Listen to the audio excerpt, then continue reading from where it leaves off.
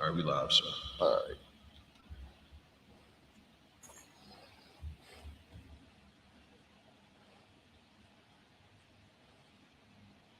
All right. All right. All right. All right. Let's see. Here we go. All right. Let's clap it up. All right. All right. All right. Another Tuesday, another brotherhood class, huh? That's right. All right. How about Shimmy Shah Barak Thumb to all the brothers? Yahal Shemal Thumb by Shimmy Shah to all the sisters. We back again here in Baltimore for another brotherhood class, huh? Mm-hmm. Yeah, yeah, yeah. And tonight we're gonna be talking about. We're gonna go first off. Let's do this. Tonight's class. The title of tonight's class is "Remember the Days of Old," and that's a problem with us as Israel. Is we forget the days of old. Right. We always being told, forget about slavery, forget about what happened, and things that happened to y'all happened a long time ago. They happened in the past. You understand? Every other nation is encouraged to remember the things that happened to them. But as Israel, we are always told to forget about the past. Why are we always told to forget about the past? Because our past was a horrific time for any nation of people. You understand the things that happened to us in the past and that are happening to us right now should never be forgotten. Right. We should always remember the days of old. You understand? You never forget what happened to you in the past. If you forget what happened to you in the past, you are doomed to repeat it. That's a saying. You understand? And we should never, ever, ever forget what happened to us. And the first thing I want to do is I want to grab that Deuteronomy chapter 32, and we're going to start at verse 7. Come on, sir. Let me grab that, make sure I'm up to speed. Okay, okay. You understand? We should never forget what has happened to our people. You understand? And that's the problem with us now. And that's why we don't have love for our brothers and sisters, our own brothers and sisters, because we have forgotten what has happened to us. Right. You understand? All the other nations have uh, desecrated and walked over us as a nation. You understand? We have been trampled upon. We have been taken advantage of by every nation. You understand? There is no nation that has not benefited from us. Every nation benefits from us. You understand? Let me know when you get that. I got it, sir. You ready? Yeah, hit that. Come on, sir. It's the book of Deuteronomy, chapter 32, and verse 7. Remember the days of old. Say that again. Remember the days of old. We should always remember the days of old. You understand? We should never forget the evils that have been brought upon us. Right. We should never forget about the lies that have been told to us. We should never forget about the thievery, about people stealing from us. We should never forget about the murderer. You understand? We should never forget about the murders. We should never forget about the way our people were raped and robbed and pillaged at every turn. You understand? Scripture says, remember the days of old. Go ahead. Come on. Consider the years of many generations. Consider the many generations that we have been through, the hell that we've been through. Since we've been on the shores of America, we have been a destroyed people. Generation after generation after generation. So much so that our DNA has passed down the evils that have been passed on to us by our oppressor. You understand? Come. There is no nation that has taken on the oppressor's customs and culture eternally in their DNA like we have. Right. You understand? We have been totally pillaged by the oppressor. Remember the days of old and consider the years of many generations. We have been destroyed generation after generation after generation. You understand? Read on, brother. Come. Ask thy father, and he will shew thee. Hey, listen, all we have to do is ask our fathers. Our fathers can tell us the evils that have happened to them. Our fathers can tell you how they sat at lunch counters and were half beat to death. Marching to nowhere and being murdered and lynched. You understand? Come. Everything that we stood up for. Think about the Black Panthers. You understand? Murdered. You understand? Think about every group that has tried to stand up. They have been put down like dogs. Right. You understand? But not this ISUPK. That's right. We refuse to be put down like dogs. You understand? Because we have the Most High in our corner. That's right. We follow the Most High. We won't be put down like these other groups. But remember the days of old. And what does it say? Consider the years of many generations. We have considered that in the ISUPK. Right. Read on, brother. Come. Salaki. Say, Thy elders. Ask thy fathers. I'll take from there. Salaki. Go ahead. Ask thy fathers, and they shall shew thee thy elders, and they will tell thee. But listen, the elders will tell us. You understand? The elders can tell us about the lynchings, about the Ku Klux Klan coming around, stealing children, chopping up babies, using our babies as alligator bait. The elders can tell us that. We got brothers and sisters that are alive today that were children when those things were happening. You understand? Come. We have to listen to our elders. Listen to what they're telling us. These are the things that we cannot forget. You understand? You ever see that shirt that we got in the UPK? Never forget. You see the brother with the whips on his back? We should never forget those things. That's right. We should never forget what has happened to us. No other nation forgets what happened to them. Let me ask a question. Did America forget about 9/11? Lie. You understand? America did not forget about that. Did the Japanese forget about Nagasaki and Hiroshima? Lie. You understand? Do you think the Ukrainians are going to forget about that war that they having right now? Right. You understand? Nobody will tell them to forget about that. Did the so-called small hat man forget about the Holocaust? Right. No. So why should we forget about the tragedies that have been happening to us? Hey, Salaki, sir. Go ahead. If I could. And you know, when we say, the scripture say, don't forget about, consider the days are old, right? Right. I think in this day and age, well, we all, not that I think, I know, this day and age is hard for a lot of us in Israel to just to grasp hold of the concept that we are hated in this place, right? And the reason I'm saying that is because it's easier just to get along with these people. So the actor Marlon Wayans, right? He's 51 years old. You know Marlon Wayans, right? Wayans Yeah. Brothers and all the clowns. So he tweeted about the Alabama little fight on the boardwalk. Right. You know what I'm saying? And he captioned and tweeted, "How about we not try that in a small town?" Sly, he said, "SHIT silly, bro. Let's all just be love, not war." And that's real LGBTQ coming from him. That's real LGBTQ. You know what I'm but saying? we also have to remember, right? That's just like the brothers in 1 Maccabees chapter 1, verse 11. Come. You understand? They want to come together with the heathen. Why does he want to come together with the heathen? Because he's benefiting. Right. You understand? He's not thinking about the 99.9% of the brothers and sisters that's going through a total hell. Right. He's thinking about the 0.1%.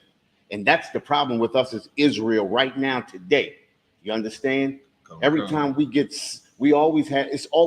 Israel has always had sellout brothers and sisters. Right. We always going to see that. This is the reason why we should never let a actor or a sports figure or a singer or a dancer lead us. Right. Where can they lead us to? Right into the hands of the oppressor. Right. Where did Martin Luther King lead us to? Into the hands of the oppressor by way of integration. Right. You understand? And that right there with what's his name? Marlon Wayans. Come on, sir. Just what he's saying is leading us into a total integration scene where we can totally be destroyed all over again. Right. This is the reason why we should not listen to actors and singers and dancers and entertainers, because that's what happened. Because think about it, right? Clarence Thomas, Thurgood Marshall. What's the other sister's name that's in there now? Ketanji Brown. Yeah, something like that. Whatever. Listen. How can you be against affirmative action Right. as a black person? Right. You understand? Because now that you are with the oppressor, you see the world through the eyes of the oppressor. And this is the reason why we can't handpick anybody that the Most High did not pick. The Bible tells us that. Right. Those brothers and sisters, Marlon Wayans wasn't chosen by the Most High. Right. Because if he was chosen by the Most High, he'd be right here with us today. That's right. This is the reason why the scriptures tell us not to choose or put anyone over us that the Most High did not choose. And Marlon Wayans definitely was not chosen by the Most High, so we definitely are not listening to his dumb ass. Right. You understand? Where was we at? We was in Deuteronomy 32 and 7. Deuteronomy 32 and 7. What's that? Consider the Remember the days of old. remember the days. Look, he got me all mixed up. Remember the days of old. Our elders will show us, right? Our elders, and they will tell thee. They tell us these stories. These stories have been handed down from generation to generation. You understand? And we have to adhere, and we have to understand, and we have to continue to pass them down to our children. We can't let this stuff die out and die down. You understand? Okay. Listen, what we're going to get into today is we're going to get into the Jim Crow laws. We're going to get into the black codes. We're going to get into a lot of different things that have been happening to us that now we should understand. And these things should open our eyes and open our ears to understanding. And we should begin to come and follow these scriptures and get more understanding. This is the place to get knowledge. This is the place to get that understanding. You understand? Okay. This is the only place to get it. You ain't going to get it in Egyptology. You're not going to get it in the Book of the Dead, the coffin text. You're not going to get it in Islam. You're not going to get it in Buddhism. You're not going to get it in atheism. It's definitely not in Scientology. Right. You understand? Definitely not in that. And brother, listen, this is what's funny to me, right? We can hear these brothers talk garbage and trash all day long, but we never see these brothers out in the street. Right. We never see these brothers out in the street trying to talk to people. You understand? They right there on their computers talking trash over the computer, punching up classes. You got to pay for class. Look, you don't have to pay for no classes in here. All this, everything we telling brothers and sisters is free. Right. And it's guaranteed to work. That's right. I ain't seen none of that Egyptology work for anybody yet. I ain't seen nobody do anything off of Egyptology or Islam. Right. Every time you hear somebody from Islam speaking, they speaking from the goddamn Bible anyway. Right. They speaking from the Bible. Why would we listen to the Quran? We might as well go, we going to the Bible. Right. That's what they using. God damn, you know. But we're gonna get into some of these different laws and codes that they use to keep us destroyed. You understand? And the problem with us is we don't realize that these laws were made to keep us under the foot of the oppressor. Right. You understand? If you can, right? I'm gonna pull up. I'm not even gonna do that. This is what I'm gonna do, right? I'm gonna pull up the first one myself. And the first law that was officially one of the first laws that was officially on the books was the Maryland Doctrine of Exclusion. This was when it was only the 13 colonies. Mm-hmm. The Maryland Doctrine of Exclusion. The Maryland Doctrine of Exclusion clearly stipulates that no slave, descendant of a slave, or black person shall enjoy the fruits of white society. Now, I always bring this out because a lot of brothers and sisters feel like Blacks, Hispanics, and natives are lazy people because we don't have industries, we don't have things that can really build our nation up like other nations. We don't own big supermarket corporations. We don't own banks. We don't own any kind of what do they call it? Factories, warehouses, communities. Farms, communities. Okay. You understand? Factories, warehouses, of course, some of those things. What's some more? Name some other things that we don't own. Gas stations, things like that. Right. Things that can build a community, things that can build a nation of people up. You understand? Schools. It's not by happenstance. Listen, like I said, the Maryland Doctrine of Exclusion clearly stipulates that no slave, descendant of a slave or black person shall enjoy the fruits of white society. We got to understand, what are the fruits of white society? What are the fruits of white society? Go ahead. What you great say? I was gonna say being a Oh, let me take these off. My glasses. I'm getting heated. My glasses fogging up on me. I was gonna say I was gonna say being, you know, we all like sports, being a professional sports league owner. Okay, yeah. Team We owner. don't even own that. Right. Right? None of that. Think about this, right? They ran Michael Jordan up out of there. He done sold this team to some oppressors. Right. Right? And even if you are a black person who is a part owner of any franchise, most of the time you own maybe 3 or 4% of the franchise, which means what? I mean, you make out, but it ain't really, you don't own it. But you're a minority owner. You don't have a say in anything. Right. You understand? So Right. if they tell a team, don't kneel for the national anthem, you have no say to go the other direction. You understand what I'm saying? We have to understand that what the fruits of what did I just say? The fruits of white society really is. You understand? Say something. 1 2 1 2. You can hear the echo. Yeah. Okay, yeah, you got to turn that down. I did. Got it? Cut on come. Somebody hit you with that? Yeah, cat. Okay. We got to understand what the fruits of white society is. Fruits of white society is anything that you can build a nation off of. You understand? And this is the reason why we go to the scripture, Zephaniah 2:1. Gather yourselves together, yea, gather together, O nation, not desire. We have to come together and we have to bring our resources together. And we hear people say it all the time, right? We got to bring our resources together and build our own communities. But it says, gather yourselves together, yea, gather together, O nation, not desire. First off, we have to come together on one accord. Right. Many people have come together many times, many places, in many different eras, but things just don't work. And the reason why those things don't work is because they don't come together on one accord. Everybody comes together, but everybody comes together and have their own agenda. Right. That's the destroying thing right there. And we read a couple of weeks ago, was that in Acts chapter 4, verse 31 to 35, right? Okay. That's ethno aggregation. It talks about it in the Bible, and it tells us how we come together, how we bring our resources together, and we take care of our own people. That's the problem with Israel today. We come together, but we come together in the cause of other nations. Right. We like to come together and root for the other nations, but when it comes to building our own people up, we have no clue. You understand? And when it comes to it, every nation comes together to build their own nation, but no nation comes together to help Israel build Israel. Right.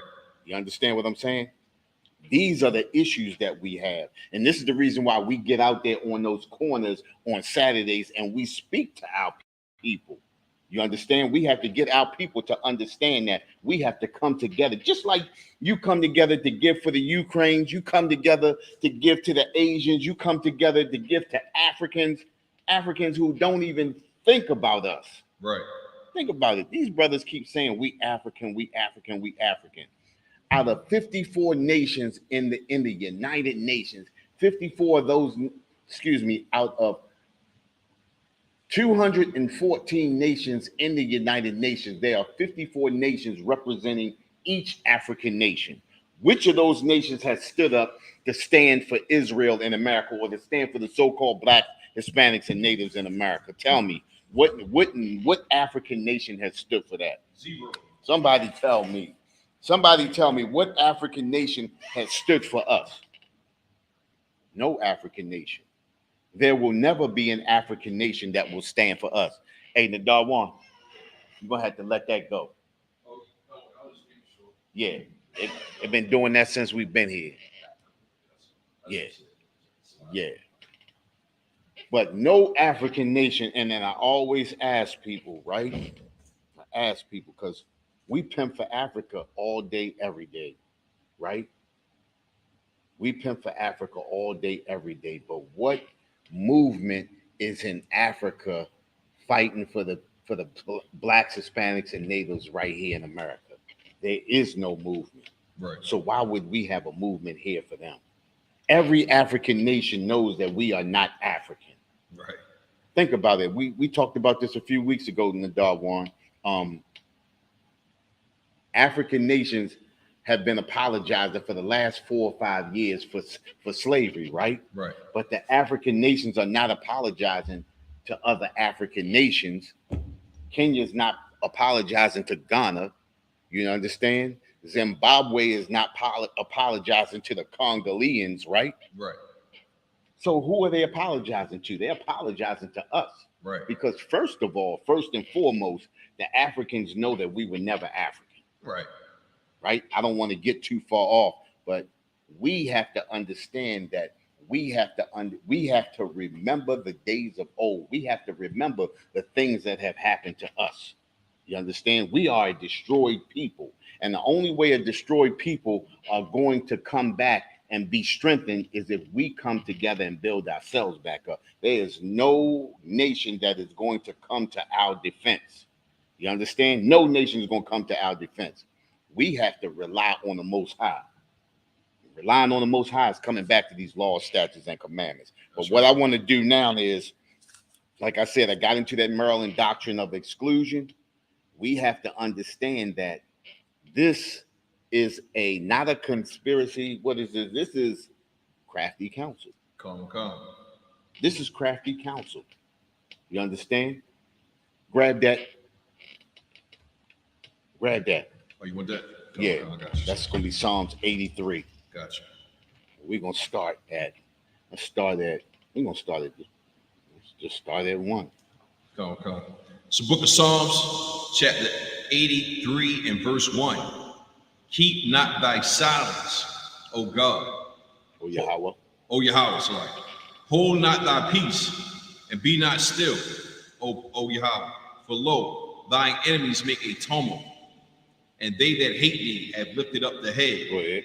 They have taken crafty counsel against thy people. Say that again. They have taken crafty counsel against thy people. Hey, listen, these nations have taken crafty counsel against us. And because they have taken crafty counsel against us, this is the reason why we have to come together and be against them. Right.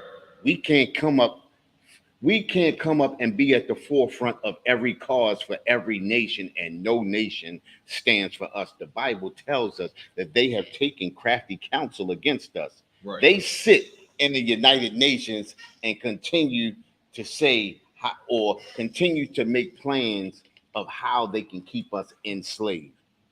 You understand? This is not by happenstance that we going through what we going through. Think about it, right? We're the strongest people on this earth. We're the most brilliant people on this earth. We have everything going for us, but we are at the bottom of everything, and we are number one at all the worst things that you can be number one at. Right. Why is that? Because we're not following law, statutes, and commandments. But what I want to do now, we have taken crafty counsel against thy people and consulted against thy hidden ones. Who the hidden ones? Who the hidden ones? Me, sir? Yeah, you. Oh, blacks, Hispanics, and Native Americans. Blacks, sir. Hispanics, and natives. Look, everybody knows who we are but us. You Right. understand? Everybody know who we are but us. You understand? They have said, come and let us cut them off from being a nation. We don't even look at ourselves as a nation. We look at ourselves as Americans or Right. Africans. Right. You understand? Or Muslims. You understand? Or blacks. You understand? We don't even look at ourselves as a nation anymore. You understand? You know why? Because we don't remember the days of old. Right. Because we don't talk to our fathers. We don't seek counsel from our elders. You understand? We take it upon ourselves to believe our oppressor. Right. You understand? What I want to do now is I want to jump into one of them articles that I gave you. If you look at it, did I send you that article for I got what's Jim Crow? What was Jim Crow? the black codes? Black codes. Oh, Yeah. okay. I got you. From the History Channel, right? Yep. I got Hold you. up for a sec. Let me grab. Come. I want to make sure I'm up with you, bro. I don't want you to leave me.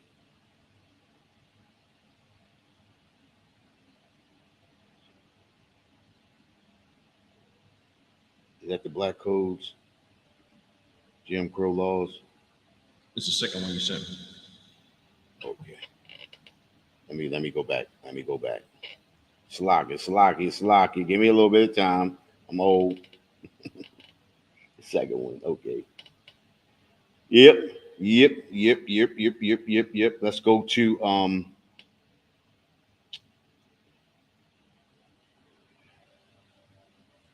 that first paragraph.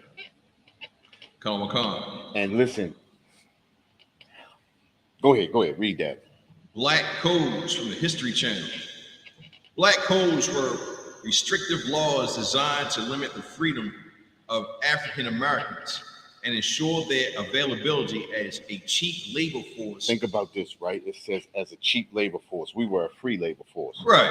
They smoothing it over. They putting a little icing on the cake right there, but this is a cake with no icing right here. We was a free labor force. Labor was free. Right. We didn't make any money in this era right here. Go ahead. As a cheap labor force after slavery was abolished during the Civil War. Go ahead. Though the Union victory had given some 4 million enslaved people their freedom, the question of freed black people's status in the post-war South was still very much unresolved. And think about this, right? They always talk about the slaves in the South, right? And if you remember, the Civil War was about keeping what? The Union together, right? Come. So they didn't care whether they freed the slaves or the slaves were not freed, or Abraham Lincoln could have cared less. Right. You understand what I'm saying? But it was about keeping the Union together. And the only way Abraham Lincoln realized that he could keep the Union together was to free the slaves in the South. Right. America had slaves all over. Remember this though, right? Slaves in the South were called slaves. Slaves in the North were just butlers and maids. Right. You understand what I'm saying? They all were slaves all together anyway. Slaves did not get a cent. You understand? So we have to remember that we worked for free. You understand? Right. And now, sidebar, what they're trying to do is try to make this transatlantic slave trade be a transatlantic migration. Right. And now on top of that, they're trying to make it seem like slavery was a good thing for us. Slavery was never a good thing for us. Right. This condition that we are living in right now, the poverty that most of our brothers and sisters are living in right now, is because of slavery. It's because of the robbery, the rape, and the murder. Slavery could never have been a good thing for us. And remember the days of old. These are the things that we have to pass down to our children. Right. These are the things that we have to write down. These are the things that we have to keep in remembrance. Right. Because if we forget and we don't tell our children, if we don't remember the days of old, our children are going to grow up thinking that slavery was a good thing. Go ahead. Right. And you're right, sir, because you bring out a good point. Because we are the only ones that's not teaching our children our history. Exactly. You think these so-called oppressors ain't telling them devil babies that they were slave owners and all that? It's a lot. Now listen. Understand this, right? They not. What they sugarcoating for their children is that they worked for everything that they got. They struggled and they fought for everything they got. This is the whole reason why they don't want critical race theory to be brought out. What is critical race theory? Critical race theory is the true history of America. Critical race theory is the true history or true black history. You understand what I'm saying? When you have to do a black history report, your black history report should be on the Stono Rebellion. Your Black History report should be the Pooh Monkey poison talks. You understand what I'm saying? When the oppressor poisoned hundreds of Native American Indians with wine, poisoned wine. And the ones that didn't drink the wine, they have beat them to death. They wiped out a whole nation, a whole tribe of Indians. The Pooh Monkey poisoning. You understand what I'm saying? This is the reason why we have to remember the days of old. Right. You understand? We can't let our children forget. We can't let our oppressor write the narrative for our children, or our children are going to relive slavery all over again. We still in slavery right now. That's right. You understand what I'm saying? The only way we come up out of slavery is to follow these laws, statutes, and commandments. You understand? Most High was going, listen, I can't wait. This Third World War it's already set in stone. That's right. You understand what I'm saying? That's why I always be sending you them articles for BRICS. You see, I sent you a couple. Yeah, I checked it out. You too. understand what I'm saying? Listen, the nations are coming together. They just had 13 more nations. I don't want to sidebar off of what I'm talking about, but 13 more nations have signed up to join BRICS. Right. You understand? And they clipping US dollar too. Yeah, they clipping the US dollar. That's a good thing. Right. You understand? But back on the topic. That's You understand? We have to remember the things that have been happening to us. Go ahead, finish that article. Come on, sir. Under black codes, many states required black people to sign yearly labor contracts. If they refuse, they risk being arrested, fined, and forced into unpaid labor. You hear that? Read that again. Come on. Under black codes, many states required black people to sign yearly labor contracts. If they refuse, they risk being arrested, fined, and forced into unpaid labor. Hey, listen, check this out. Psalms 55:20 says, the words of his mouth were smoother than butter, but war was in his heart. You hear that labor contract? Mm-hmm. Read it again. Come on, sir. Under black codes, many states required black people to sign yearly labor contracts. If they refuse, they risk being arrested, fined, and forced into unpaid labor. Forced into unpaid labor. Listen, if you refuse me, you're going to be forced into unpaid labor. Right. Forced. You understand? Come on. These are the things that we have to remind our children of. You understand what I'm saying? Mm-hmm. You could be forced into unpaid, or what's that? Unpaid labor? Unpaid labor. They plan on unpaying you anyway. Right. You understand what I'm saying? They're gonna force you to sign a year-long contract. You know what I hate? I hate. This is what I hate. I hate Comcast Cable. Hate them. And I hate Comcast Cable because, right, what they do is they force you into a 2-year contract, but the discount they give you is only for a year. And then after that 1 year, boom, your joint go back up, and then you paying astronomical prices for some bull. Right. If you want to break the contract, you got to pay. You break the contract, you got to pay. Well, right. This is where all that comes from. Right. They force you into something for a little bit so they can get a lot. Right. And this is what the oppressor does. The oppressor forces you into a little bit so that they can get a lot. And in this instance, they forcing you into a little bit or none so they can get all. Right. The words of his mouth were smoother than butter, but war was in his heart. You understand? Come. That was 21. Listen, it says he had put forth such as be at peace with him. Sign this contract. Mm-hmm. Come on, sign this contract. You understand? So we can do business. You don't sign it, then the war comes out. Listen, it says he had broken his, listen, he has put forth his hand as such that be at peace with him. This is what they do. This is what they did to the Native American Indians. Right. CNN said, I think about a year or two ago, that they had signed 100 over. As a matter of fact, we say 177, but CNN said over 200 peace treaties with the Native American Indians, and they still breaking those peace treaties to this day. Right. These are the things that we have to remember. We have to teach our children these things. It's the reason why we got to write these things down. We got to we gotta orally pass down these traditions, not just write them down, but orally keep them in our children's minds. Right. We have to let our children know that the oppressor is the devil that the Bible speaks Damn right. of. You understand what I'm saying? Right. Because if we don't, we'll have a whole bunch of Marlon Wayans out there. Right. You understand? We'll have a whole bunch of Charles Barkleys out there. We'll have a whole bunch of Stephen A. Smiths. We'll have a whole bunch of Clarence Thomases and Steve Harveys. You understand what I'm saying? We have to remember, and Oprah Winfrey's. You understand? I don't want to leave her out. Right. You understand? We have to remember these things. You understand? Come. I want to, what's that other scripture that I was looking for?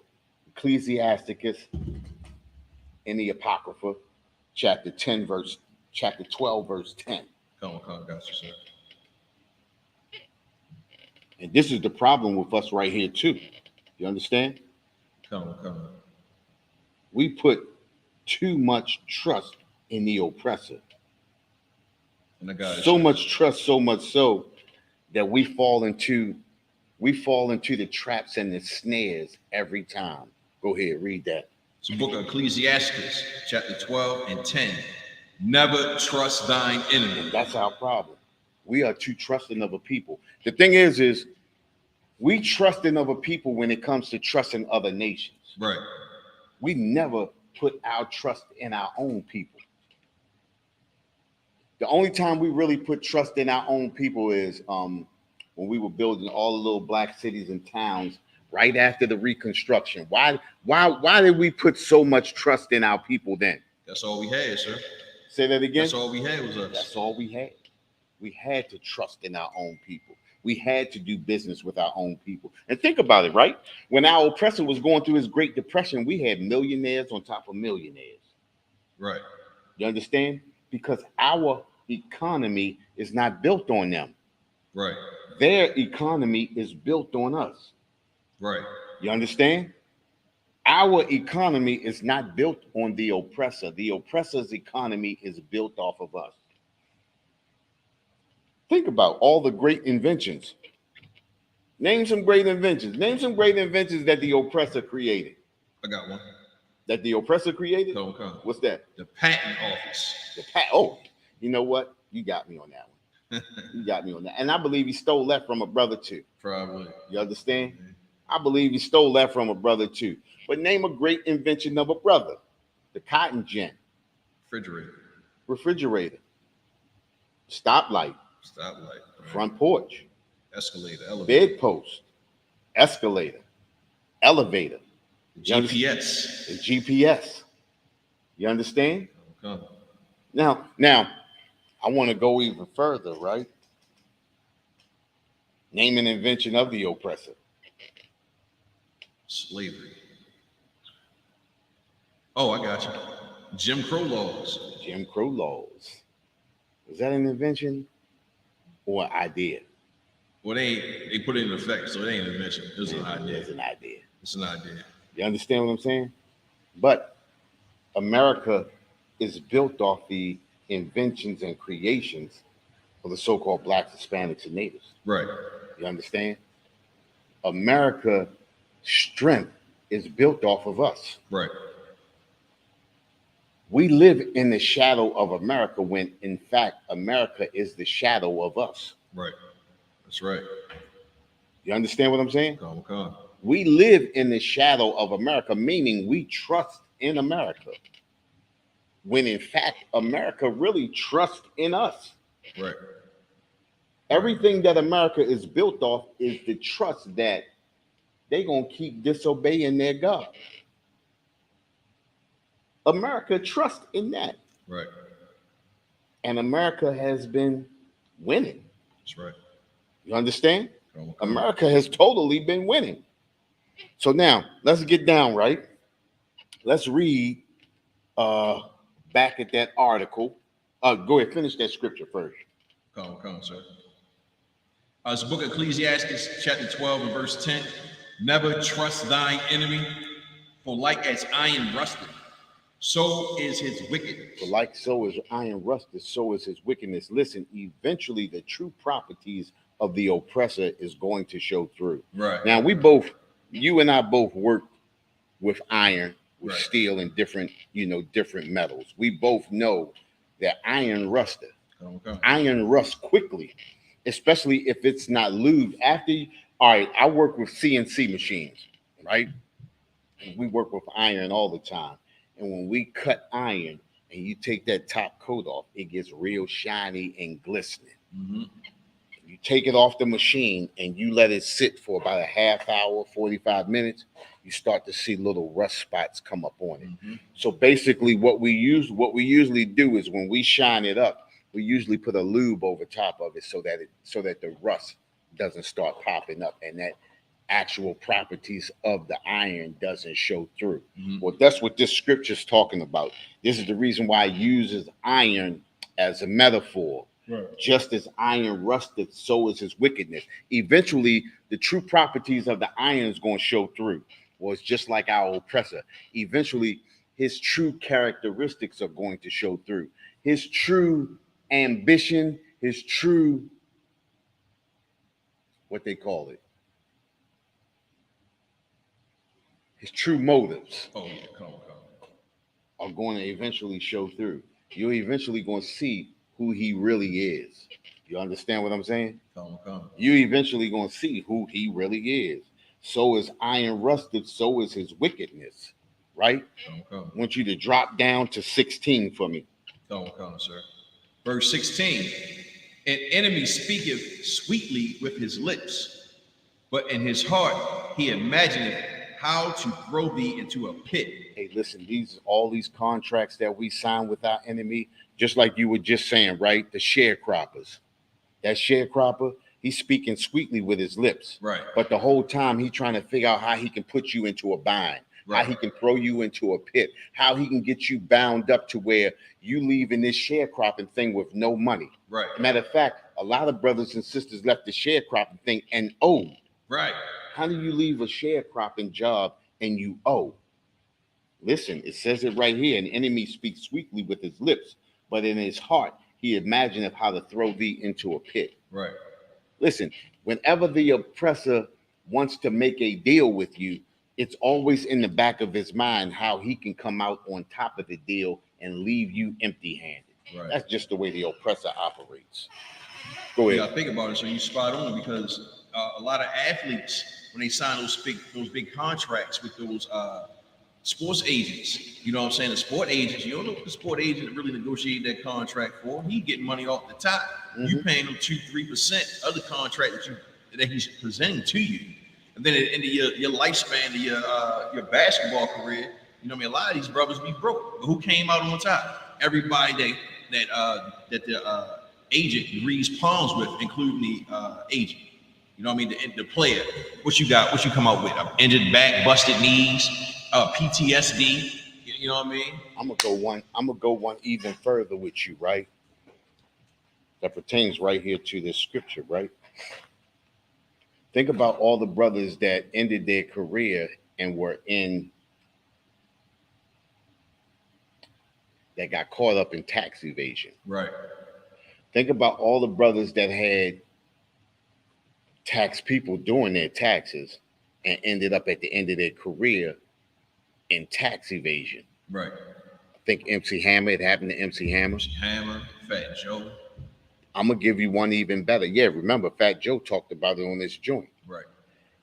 Fat Joe got lucky because he had money saved up where he could pay the joint off. Mm-hmm. But his tax man screwed him. Right. I'm going to give you one even better. Kareem Abdul-Jabbar had to play 3 more years more than what he wanted to play because he got messed over by his tax people. Dang, I didn't know that. You understand what I'm saying? All the years that he played, he got messed over. His last year he had I watched that. He had a tour his last year that he played, every arena that he went to, they gave him stuff. You understand what I'm saying? And now he the major one talking about we need to get along. Right. You understand? And if you remember back in that if you seen that movie, it had Malcolm X, Kareem Abdul-Jabbar, Muhammad Ali, and it was another brother. He was a singer. They had all got together. He was stuck in a room. Yeah, but they was all fighting the cause Mhm. back in the day. Where you know, everybody who was fighting the cause, they stuck it to him some kind of way. Remember, Malcolm X got killed. I don't know what happened to the singer dude, but Kareem Abdul-Jabbar got messed around at the end of his career, and Muhammad Ali got locked up for not signing up. Remember that For the when they war. took his for the war joint. Right. But they always find a way. They speak sweetly, but they always trying to find a way to stick you. And these are the things that we have to remind our children, especially when dealing with the oppressor. We can, the scripture, Ecclesiastes 12:10, never trust thine enemy. We Right. can't trust these people as far as you can see them. You know, and even as far as you can see them, you can't trust them, period. Right. Don't give them no wiggle room. You can't. You understand? Because in any way that they can, they're going to stick us. And they've been doing it since we've been on the shores of America. Right. You understand? The Romans did it to us in Israel. You understand what I'm saying? Okay. They stick you any way that they can. There is no getting around it. Right. You understand? Where was we at? Ecclesiastes 12:16, sir. Go ahead. All right, we'll take it from the top. An enemy speaketh sweetly with his lips, but in his heart he imagineth how to throw thee into a pit. Hey, listen, all of these black codes that we talk about, it's the same thing. Each code is a code that they created to keep us bound, to keep us in that pit, to keep us in a hole. So that, listen, every nation understands that if they leave us alone, we're going to surpass every nation. Right. So they have to make laws like black codes. They have to make Jim Crow laws. They have to make redlining laws. They have to make gentrification laws. You understand what I'm saying? They have to say we have eminent domain. Right. You understand? They have to do things like that because if they leave us alone, we skyrocket right past them. Mhm. And then they end up on the bottom. Right. The nations know that. The oppressor knows that. This is the reason why they create these laws like they create. Right. You understand? It's no getting around it. Right. You understand? Look at us. Even in the worst conditions, we prosper in the worst conditions. In these hellish conditions, we still got the best athletes. We still got the best mathematicians. You understand? We still have the best doctors. You understand? But the problem is we're not following the Most High. Right. This is the reason why they exploit us in every turn. You understand? Even in getting into the Supreme Court, they get our people get exploited even in the Supreme Court. Right. You understand what I'm saying? How do you, Clarence Thomas, as a black man, go against Affirmative action. affirmative action when you used affirmative action to get where you are? That's right. How do we do that? Right. You understand? Mhm. Because he's in a position where he is, now he sees the world through the eyes of our oppressors. That's right. And this is what happens to us. But these are the laws that have been created. So a brother like him comes up from out of the projects, from out of poor, from out of nothing. And once they get a crumb, now they looking back at everybody else saying, if I can do it, so can you. Right. So these are the conditions that were created. And I can't stand it when I hear brothers and sisters say, well, everybody got the same opportunity. No, everybody does not have the same opportunity. Life for so-called blacks, Hispanics, and natives is like a lottery shot. Mm-hmm. You understand what I'm saying? Back in the day, they used to pick a lottery ball. Open up the thing, and one ball come down, boom. And it's like it. That's life for the so-called blacks, Hispanics, and natives. Only one person can make it. Right. Think about it, right? The numbers in the balls go from 1 to what? 64, right? Okay. Only one person can make it through that hole at a time. And then because that one person made it, guess what they say? Well, if he did it, then so can you. Right. He had the same opportunity. No, he did not. You understand? Okay. Black people that are on top are chosen. Think about how many brothers out here better than Michael Jordan in basketball. Michael Jordan was just chosen. Right. You understand what I'm saying? Everybody keep thinking, oh, he the great, he the great, he the great. He was just chosen. There's a lot of brothers out here was better than him. Right. Len Bias was chosen, just ain't make it all the way. You understand what I'm saying? Come. Because of the oppressor, he laid in a coffin today. You understand what I'm saying? Come. Why do I say that? Because oppressor in the 80s put cocaine and crack on our streets. What did Len Bias die from? Overdose. Overdose. Who brought the drugs in? Oppressor. The oppressor. You understand?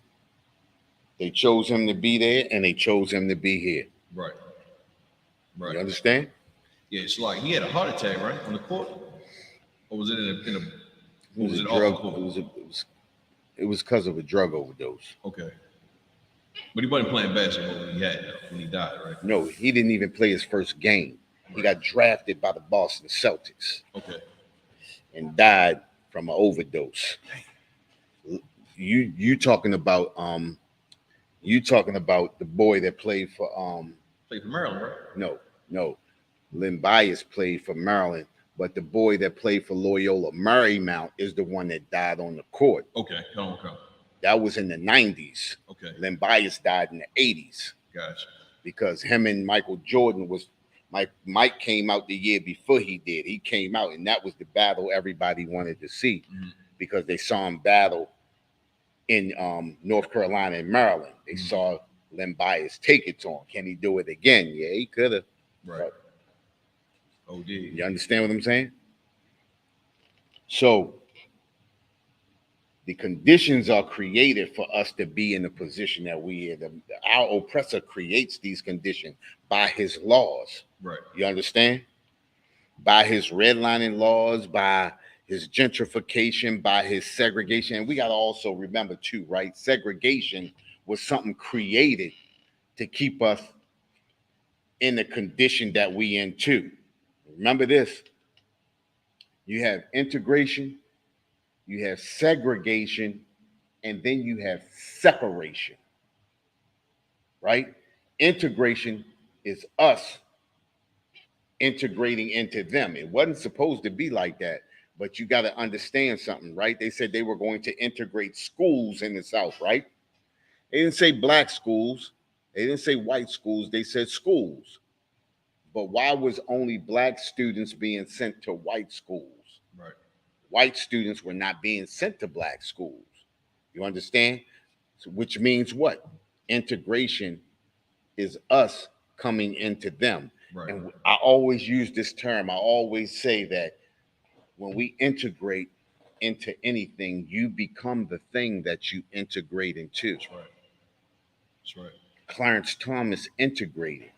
Clarence Thomas became the thing that he integrated into. Right. Martin Luther King integrated. He became the thing that he integrated into.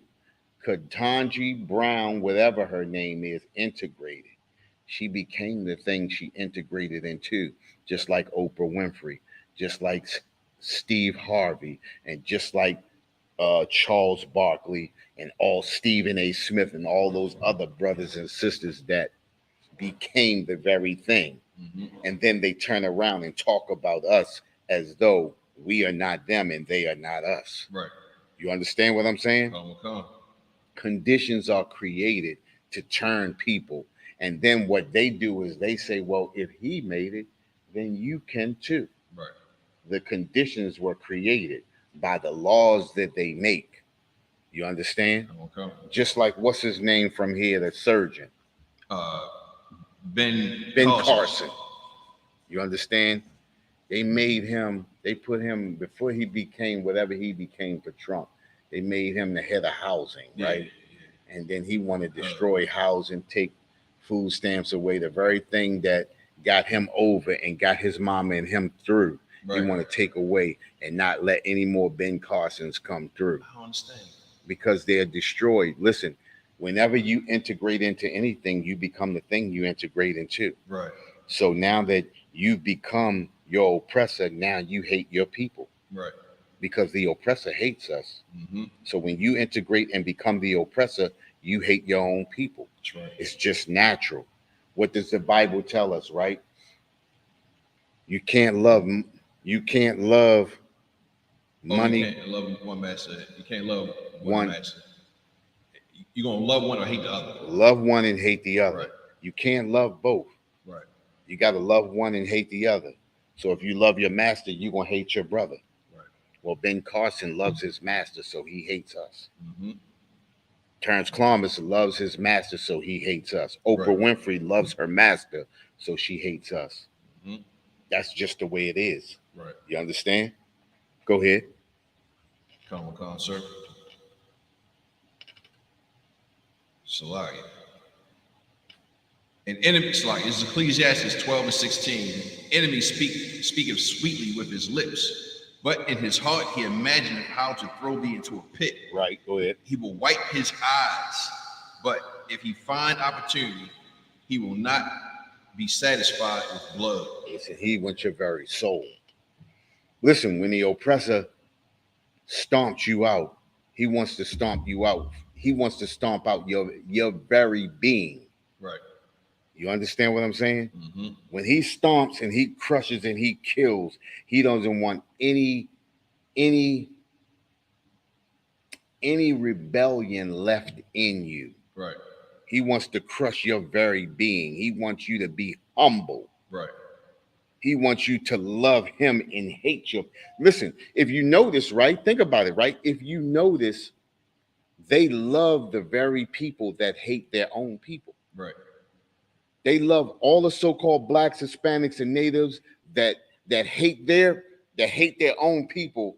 The oppressor loves them. Right. Right. Because their very being has been crushed. Their very everything has been crushed. The very life of them have been crushed out. Right. They just a dead soul. And that's what the oppressor wants. He wants a dead soul. Right.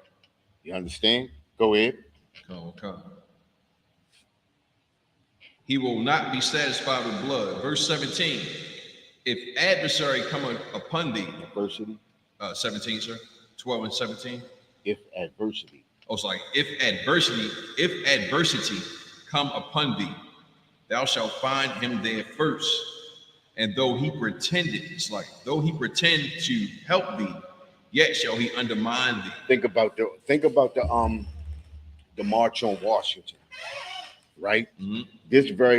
This very scripture right here describes the March on Washington, right? It says, if adversity come upon them, if adversity comes upon thee, thou shalt find him there first. Listen, a lot of brothers and sisters think that Martin Luther King, James Farmer, John Lewis, oh shit, I can't remember the other brother's name.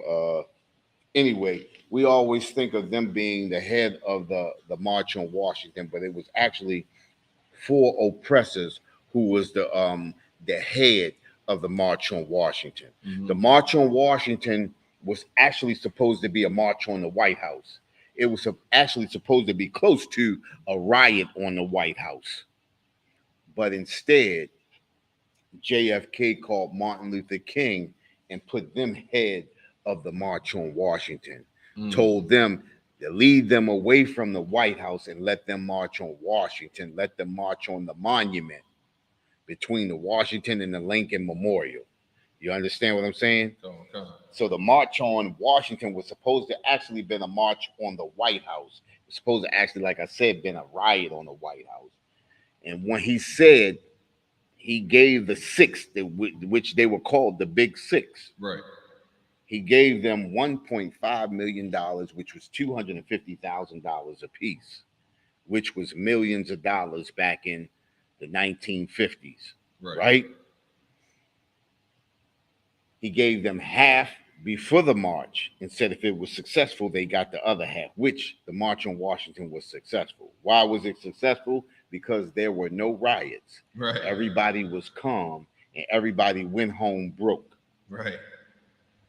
Everybody went home broke. You understand? It says, if adversity come upon thee, thou shalt find him there first.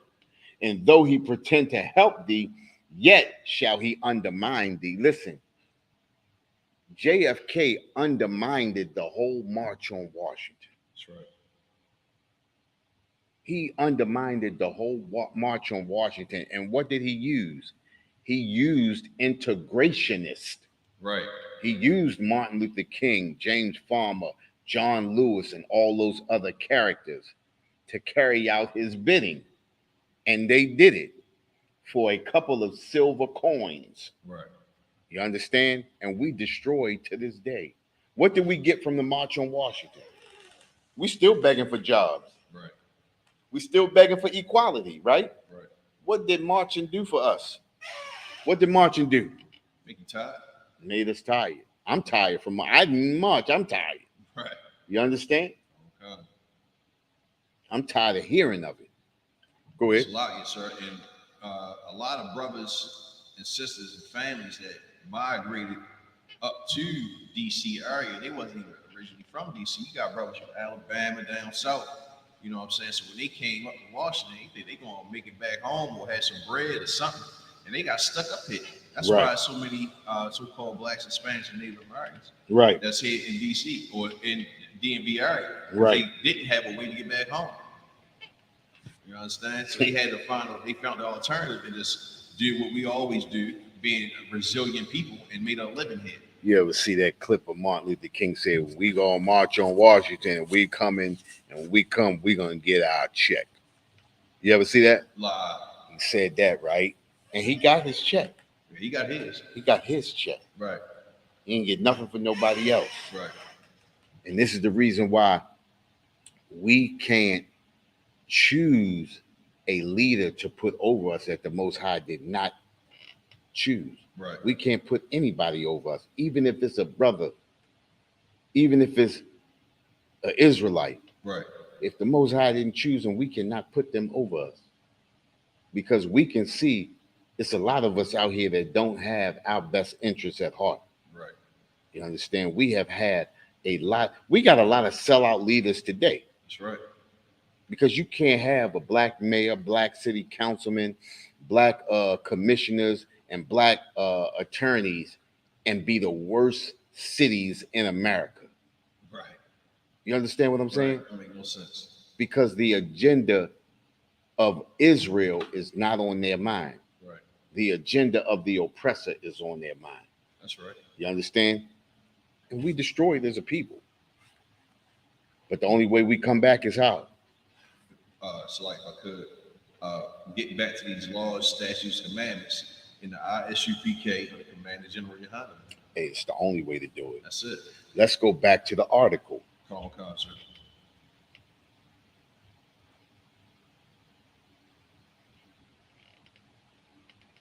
All right, I'm there, sir. Oh shit. What did I just do? Well, we still like we still in the we were in the black codes, right? Yeah, black codes.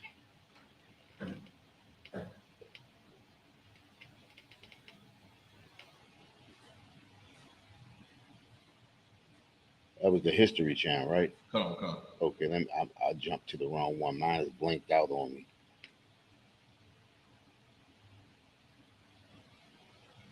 Okay, I'm there.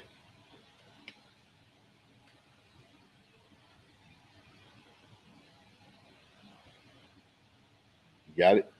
Come on. So we had Reconstruction begins? Or you want to go down? Yep, go ahead. Go ahead from there. Come on.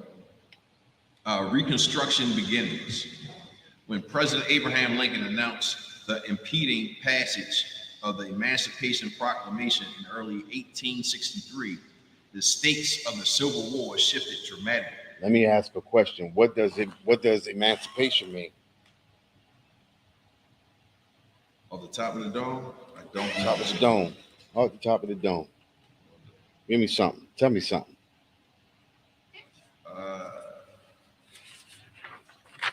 You got it. You got it. You got it. It's a lot. No, you got it.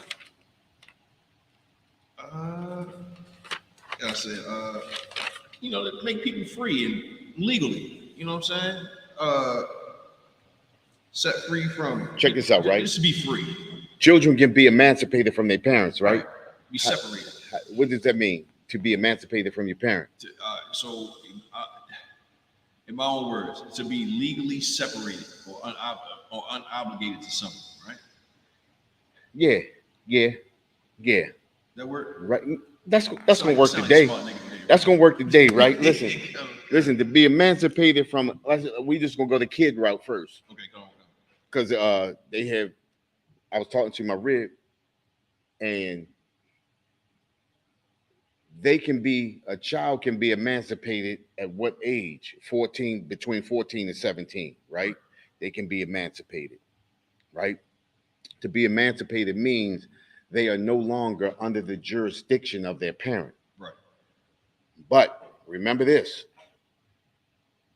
if you go to court as a minor, when you go to court, they release you into the custody of your parent because you are a minor, right? Right. They release you into the custody of your parent because you are a minor. Now, if you are emancipated, if you go to court, who do you go into custody to? To the state. To the state. So remember this: when a child is emancipated, now they are no longer in the custody of their parent, but now they are in the custody of the state. Right. Well, in the Emancipation Proclamation that Abraham Lincoln created, he took us from the property of a slave owner, private property, into the property of the state. Okay. Now we are state property as opposed to private property. Right. Okay. We have been emancipated, but now they emancipated us right into the state. Then what they did was they created the 13th Amendment, right? The 13th Amendment says what? If you commit any crimes, you can do free labor in prison. Right. Any crimes, they said you are a free person unless you commit a crime and are convicted. Right. Right. So then in doing that, what did they create? They created black codes. Right. Right. What was a black code? Black code was laws that restricted blacks from participating in certain things. I think you got the meaning of that too. But the black code, Yeah. definition? Give me that definition. It should be, I believe it's at the if you touch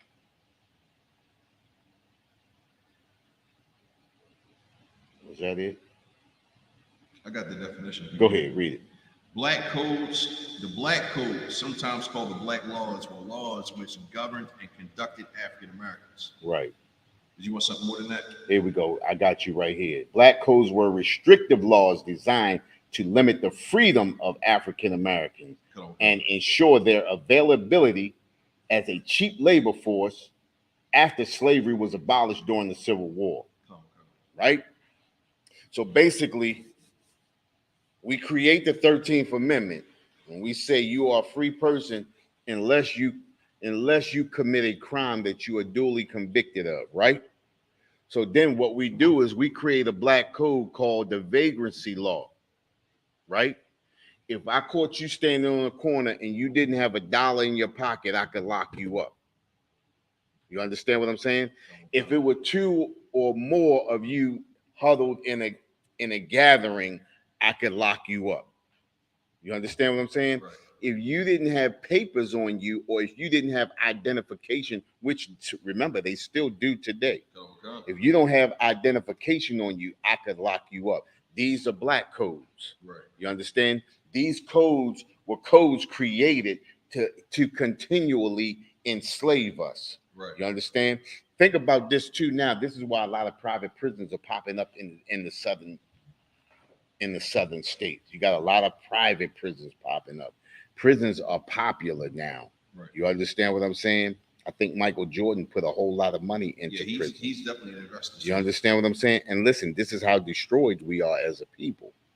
So much so that our own people want to make money off of us in a terrible way. Right. He'd have been better off trying to get a basketball team. Right. You understand? Right. These are what the black codes did. Black codes continually enslaved us. You understand? And just like the scripture was saying, he speaks sweetly with his lips, but the whole time he in his mind, he trying to figure out a way to throw us into a pit. He trying to find a way to to place us back in slavery. He's trying to find a way to bound us. You understand what I'm saying? Right. These are the things that, remember the days of old. Come. These are the things that we have to continually teach our children. These are the things that we have to continually pass down. We have to remind our children when they have children, pass this down. Let our children know. You understand? Come. Let them know this story right here. Let them know what these people are trying to do to us. Right. You understand? Come. Go ahead, finish reading. Come, sir. The states, a Union victory. Before you do that, stop right there. Come. Oh, go ahead. Read that. What was you going to read? A Union victory would mean no less than revolution in the South, where the peculiar institution of slavery would dominate economic, political, and social life in the antebellum years. Right. Okay. And you're going to drop that. I'm going to read this. Though the Union victory had given some 4 million enslaved people their freedom, the question of freed Black people's status is the post-war South was still very much unresolved. Under Black codes, many states required Black people to sign yearly labor contracts. Remember, we were just talking about that. Right? And you just read this. If they refused, they risked being arrested, fined, and forced into unpaid labor, which is what they really want to do anyway. The brothers and sisters that's upstate now in a lot of these prisons now are being used as labor forces. Right. You understand? And they're being paid maybe what? $1 a day? If that. You understand what I'm saying? Maybe $1 or $2 a day. Think about this. They had 2 years ago, they had brothers fighting fires, wildfires, for $2 an hour.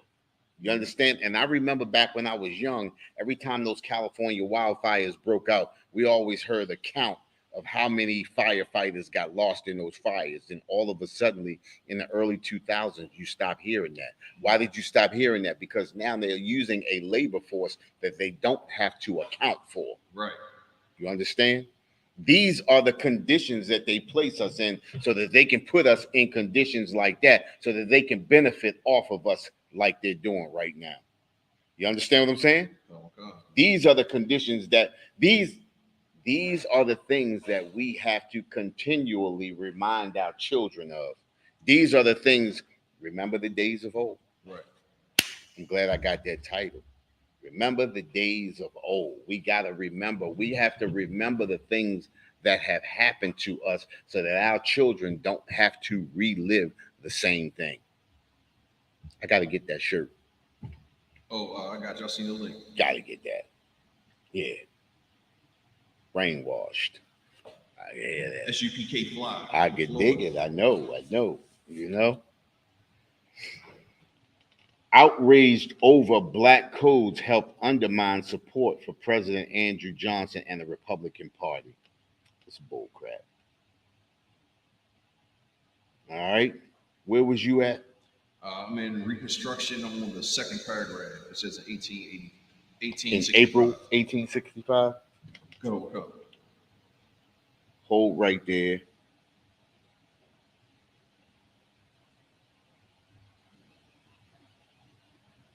Okay, go drop down to under his Reconstruction policies. Come on. Under his Reconstruction policies. And we talking about Andrew. Well, hold on, let me see. Let me make sure.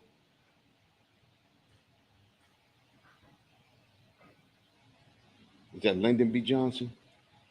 Not Lyndon B. Johnson. It's Assessor Andrew Johnson. Andrew Johnson. Okay, go ahead. Under his Reconstruction policies, which began in May 1865, the former Confederate states were required to uphold the abolition of slavery, made official by the 13th Amendment to the U.S. Constitution. Now, remember what we said about the 13th Amendment, right? And the reason why it was so easy for them to take that and roll with it, that 13th Amendment, was because they understood and they talked to those southern states and said, look, we threw this 13th Amendment in there so that you could arrest people and still use them as slaves legally. Right.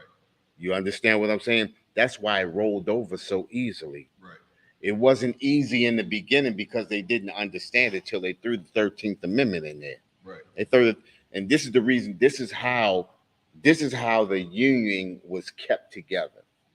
You understand? Okay. This is why. This is why. It's no North and South now. It's just the United States. But they trying to get back to that now. You Right. understand? Go ahead. Swear loyalty to the Union and pay off their war debt. Beyond those limitations, the states and their ruling class, traditionally dominated by white planters, were given a relatively free hand in rebuilding their own governments. They were given reparations Right. for losing their slaves and their land being destroyed. They were given reparations. You understand? Okay. And we got black people. Now I'm not saying I'm not co-signing for reparations, but we got black people say we don't need reparations. You understand? Because they themselves see the world through the eyes of our oppressor. I'm not saying that we not here in the ISUPK. We not looking for reparations, but you have to understand something about somebody who is against affirmative action, who is against reparations, who is against, even if the thought came up, we not looking for it, but when the thought comes up and you say you're against it as a so-called black person, how can you be against reparations unless you see the world through the eyes of the oppressor? Right. You understand what I'm saying? Right. Drop down to that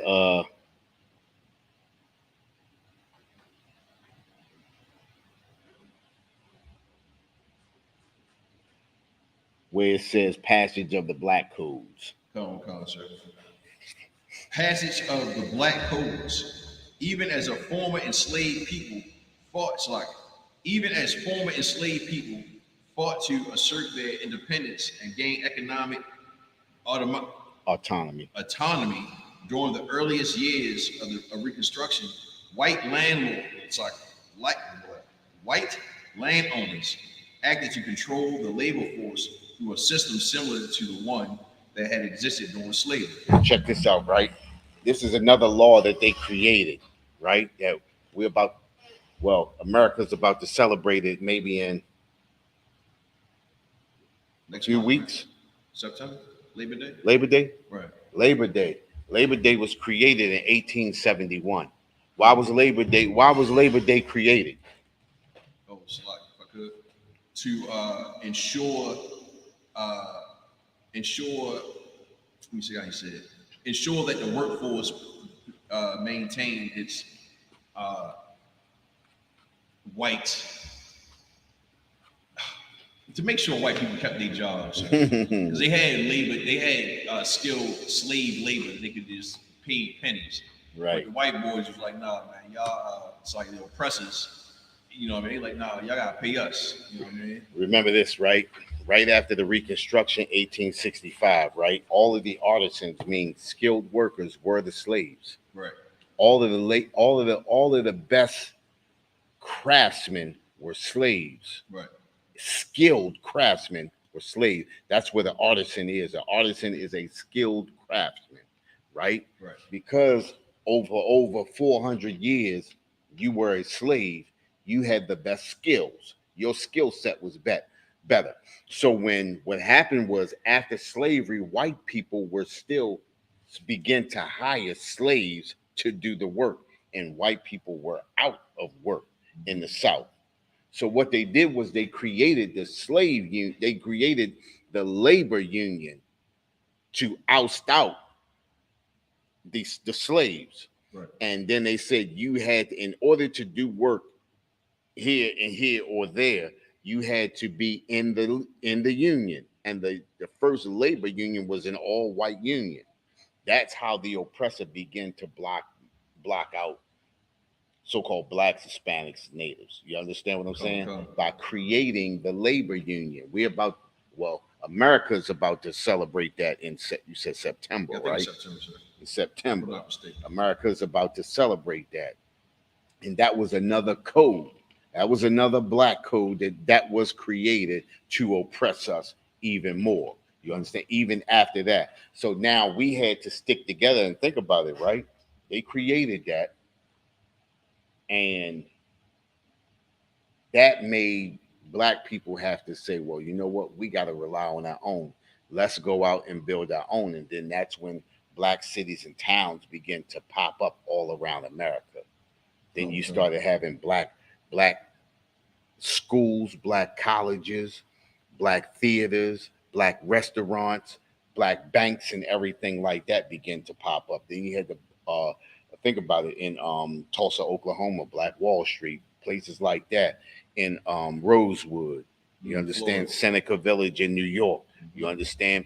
You had all of these little cities and towns popping up because, again, codes were created. Black codes were created to move black people out and make the hierarchy white again. Right. You understand? These are the things that we have to pass down. And even celebrating Labor Day, the 4th of July, we have to pass these things down and get our children to understand why we don't celebrate these things.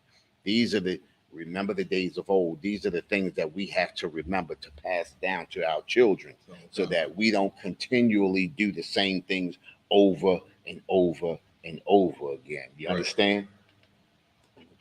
Listen, what we're going to do is, because I still got a lot more, I'm going to cut this into a part 2. I'm going to do this next week, so you got the week off next week. Okay. I'm going to take over the class next week because I want to get through this. I still got a lot to get through. You understand what I'm saying? So we're going to end the class right here. I'm going to pass the class over to Priest Officer Nadar Wan.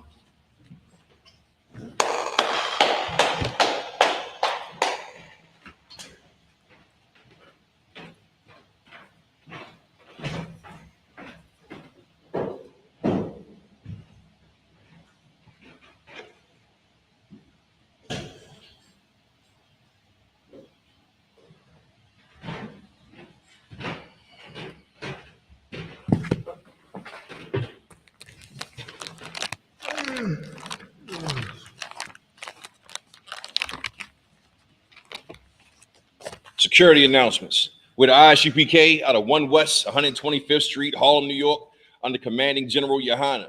New rules for brothers and sisters. When a brother or sister comes into the school, they are off limits for 6 months. They are to be saluted only. They are here to shed themselves of the world. After 6 months, if a brother or a sister has an interest in a particular person, he or she must get permission from the head to speak to a brother or a sister. There's another 6 months in which the brother or sister will court each other. After this 6 month period, the brother or sister will get permission from the head to marry. Ties, which is a commandment. You can find this in Numbers 18, 21, and Malachi 3, 8 through 10. Means 10th in Hebrew and is pronounced Ma'asherah. 10% of every penny of any increase the Lord gives you, you give to the Treasury Department or teacher. Priest fund. Free will offering for priests, not mandatory. Whatsoever amount you would like to give. Upcoming holy convocations, September the 15th. We got the memorial blowing the trumpets. All right. Remind Akim and Akwathiam to check on social media such as isupk.com, Facebook, Twitter, YouTube, and so on for ISUPK events and materials. If a brother wants to be a trooper in the school, then he is to start wearing all black, which includes black boots, shirts, pants, headband, or scarf. With that, we'll give one courtesy salute to the teacher, men of Israel, Mightium, Mike Shabbat, Mightium, Barak, Yahweh Ba'Shem Yahushua Barakatah, Yahweh Ba'Shem Yahushua Barakatah, Yazmatah, class dismissed.